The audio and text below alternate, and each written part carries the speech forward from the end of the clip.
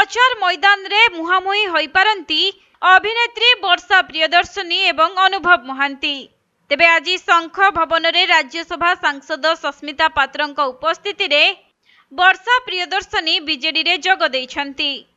सेपटे गत मास 20 तारिख रे बीजेडी रु इस्तीफा देइथिले केन्द्रापड़ा सांसद। आउ से बीजेडी छाड़िबार प्राय 20 दिन परे एबे वर्षा प्रियदर्शनी एही दल रे मिसिछंती। तेणु चलचित्र सहित निजर व्यक्तिगत जीवन को नहीं एबे वर्षा प्रियदर्शनी बेस चर्चा रे रहिछंती।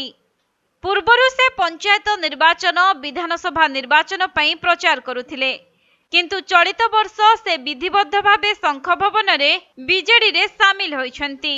तेणु आगको प्रचार समय रे मैदान रे वर्षा और अनुभव मुहांमुही होई पारंती बोली चर्चा जोर धरिछि।